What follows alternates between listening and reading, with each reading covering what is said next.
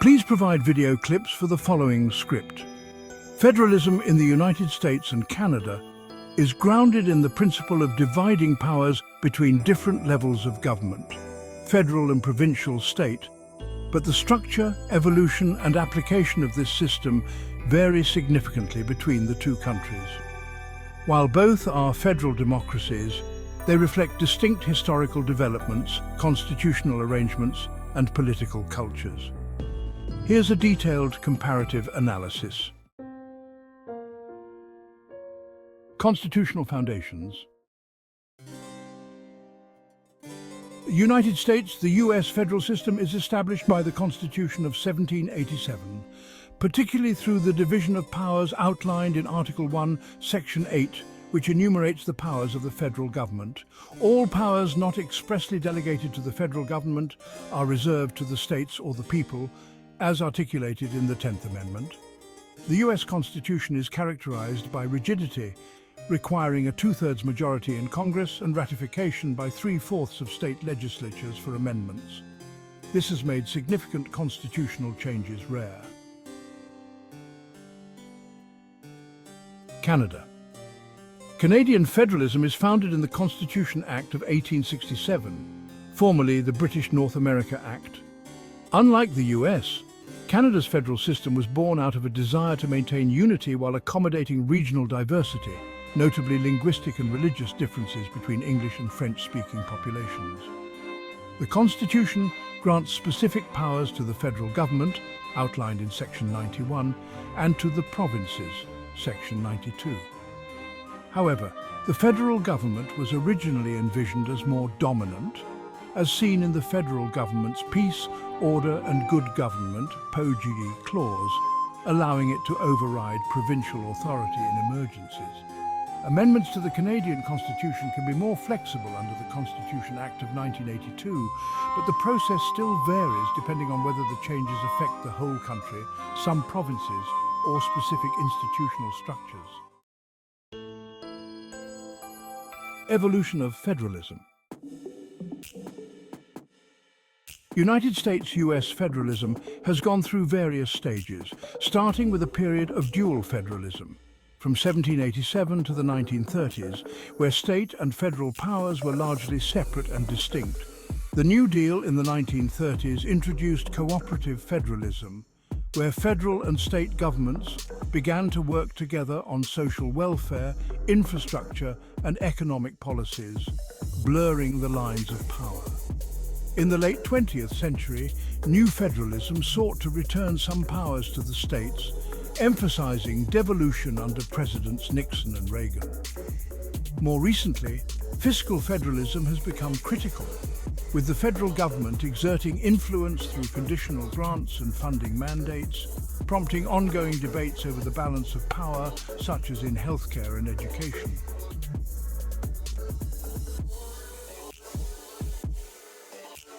Canada. Canada's federalism evolved in the opposite direction. Originally designed as a quasi-federal system where the federal government had overriding power, it has transformed into a more decentralized federation over time. Key moments include the rise of provincial autonomy after World War II, particularly with the rise of Quebec nationalism, and Supreme Court decisions that reinforced provincial jurisdiction over key areas like natural resources in 1982. Asymmetrical federalism is a defining feature in Canada, with some provinces, especially Quebec, having distinct powers, such as control over immigration agreements and civil law.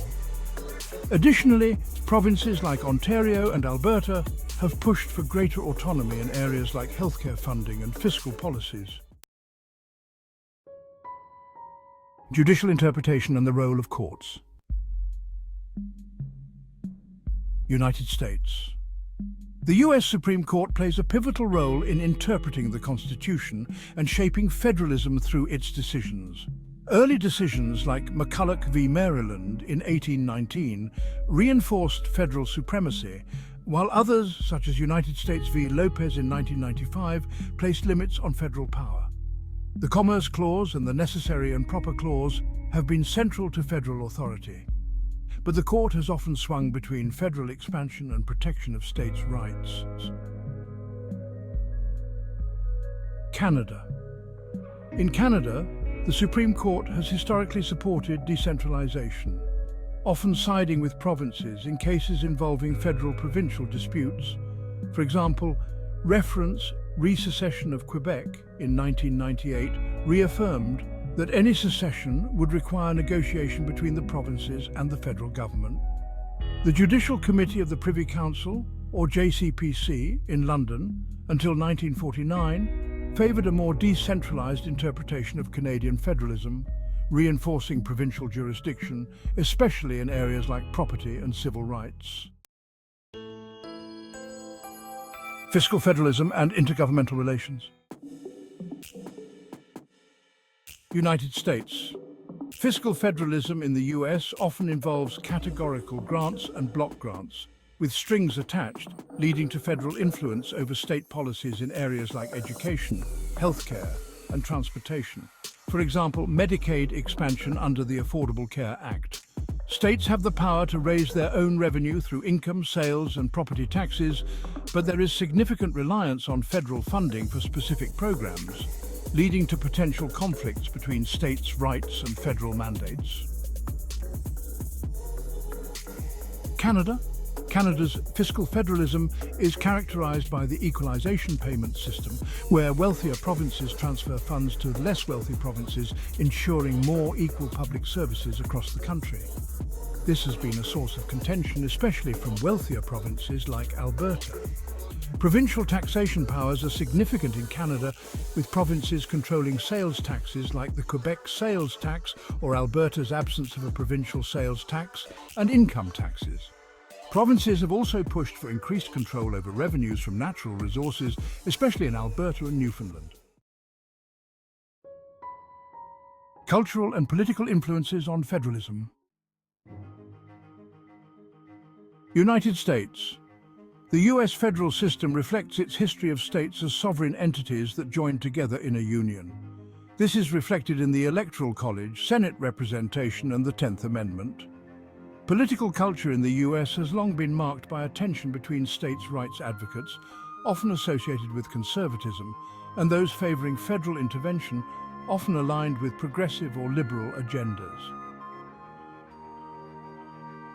Canada-Canadian federalism is shaped by bilingualism and biculturalism, with the French-speaking province of Quebec exerting significant pressure for provincial autonomy.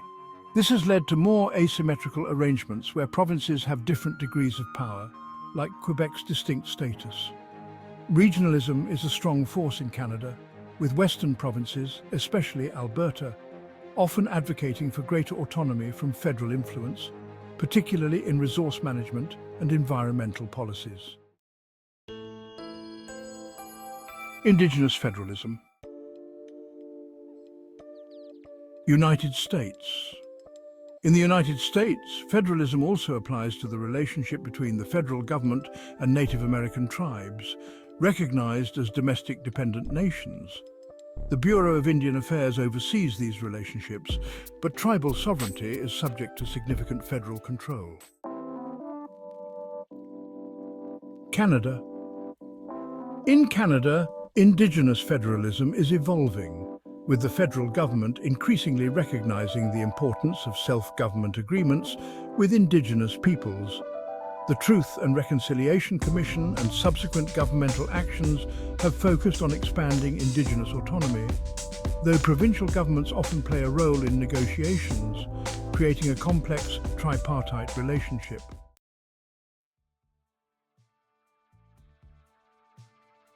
Conclusion. The United States and Canadian federal systems share a common foundation in dividing powers between national and regional governments, but their development has followed divergent paths. The United States has maintained a more balanced system with regular shifts between centralization and state autonomy, while Canada has moved from a quasi-federal system to one of considerable decentralization, particularly in response to Quebec's demands for autonomy and Western provinces' regionalism. Both systems reflect their distinct political cultures, historical legacies, and ongoing constitutional debates, making them rich fields of study in comparative federalism.